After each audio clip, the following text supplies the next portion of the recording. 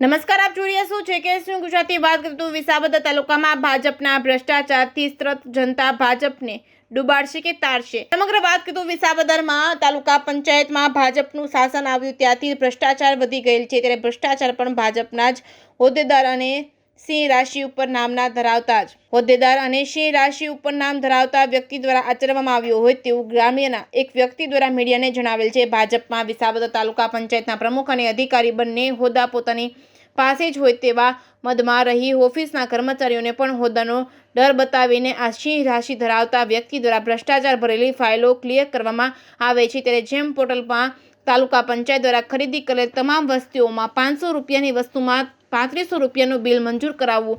શિવશક્તિ એજન્સીને જેમ પોર્ટલનું કામ અપાવવામાં પણ ધન રાશિના વ્યક્તિનો હાથ હોય ત્યારે સિંહ રાશિ અને ધન રાશિના વ્યક્તિઓ ઉપર ભાજપના રાજકીય આકાઓનો હાથ હોય ત્યારે વિસાવદર તાલુકામાં જેમ પોર્ટલની ખરીદીમાં કરોડો રૂપિયાનો ભ્રષ્ટાચાર થયેલ છે. ત્યારે આવા ભ્રષ્ટાચારીઓને છાવરવા માટે તેના ભાજપના રાજકીય આકાઓ પણ સામેલ છે અને પબ્લિકના પરસેવાની કમાણીના રૂપિયા જે ટેક્સ રૂપી સરકારની તિજોરીમાં જવાને બદલે રાજકીય હોદ્દેદારો પદાધિકારીઓ પોતાના ખિસ્સામાં ભદ્રાવીને મોજ મજા કરતા હોય ત્યારે વિસાવદરના એક જાગૃત નાગરિક દ્વારા તો ખુલીને મીડિયાને જણાવેલ. ત્યારે વિસાવદર તાલુકા પંચાયતમાં જેમ પોર્ટલમાં ખરીદી થયેલ વસ્તુઓનું જેમ વસ્તુ 10 રૂપિયાની માર્કેટમાં મળે છે તે જ વસ્તુ સરકારી ખરીદીમાં 100 રૂપિયાની થઈ જાય છે. તેમાં તાલુકા પ્રમુખથી લઈને ભાજપના તાલુકાના તમામ હોદ્દેદારો તેમજ જિલ્લાના હોદ્દેદારો તેમજ ધારાસભ્ય સાંસદ સભ્ય સહિતનાઓ મળીને ભાગ બટાવીમાં સામેલ છે. ત્યારે વિસાવદરના જાગૃત વ્યક્તિ દ્વારા કોર્ટ મેટર કરીને તાલુકા પંચાયતમાં જેમ પોર્ટલમાં થયેલ ભ્રષ્ટાચાર ખુલ્લો પાડી પબ્લિકની પરસેવાની કમાણી ખાઈ ગયેલ છે તે પાછી ઉલટી કરાવવા માટે કમર કસી છે.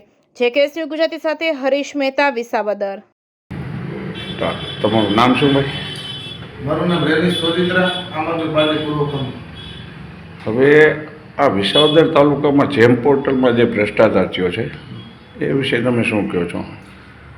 જેમ પોર્ટલમાં જે ભ્રષ્ટાચાર કરવામાં આવ્યો છે બરાબર, તેના આરટીએ હેઠળના ડેટા આપણે ચેક કર્યા બરાબર છે. તેમાં એવું જાણવા મળ્યું છે કે વિસાવદરની અંદર 3571 રૂપિયા એલઈડીનું બિલ ચૂકવવામાં આવ્યું છે અને ખરી કિંમત એની 450 રૂપિયા છે. ખરી કિંમત એની 450 રૂપિયા છે અને આ લોકોએ બિલ ઉધારવામાં આવ્યું છે 3571 રૂપિયા. આપણી પાસે આરટીઆઈના ડેટા પ્રૂફ સહિત છે, કોઈ પણને જોતો હોય તો આપણે આપી શકીએ તેમ છે.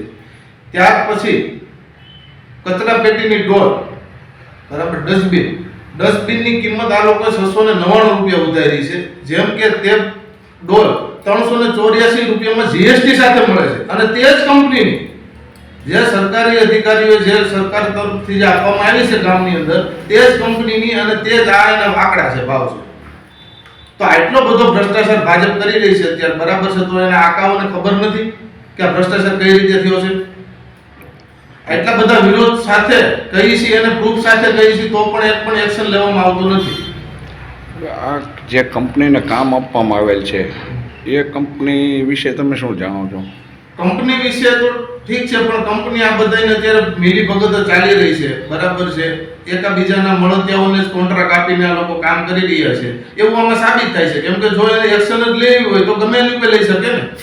અત્યારે કોઈને છોડવા નથી આવતા. હવે ખોટા ભ્રષ્ટાચાર કેસમાં અરવિંદ કેજરીવાલને જો એરેસ્ટ કરી લેતા હોય બરાબર છે તો આ તો ભ્રષ્ટાચાર સામે છે, એમાં તો સામે નથી છતાં જો એરેસ્ટ થઈ જાય છે તો આની પર એક્શન તો લ્યો, એફઆઈઆર તો નોંધો ખાલી. તો આ બાબત ઉપર તમે કે આગળ રજૂઆત કરશો કે કોઈ આગળની લીગલી પ્રોસિજર? ચોક્કસ આમાં લીગલ પ્રોસેસથી આગળ ઉપર સુધી જશું બરાબર. પણ અત્યારે ચૂંટણીનો સમય છે બરાબર છે. ચોક્કસ આ પ્રૂફ સાથે ઉપર જવાના છે.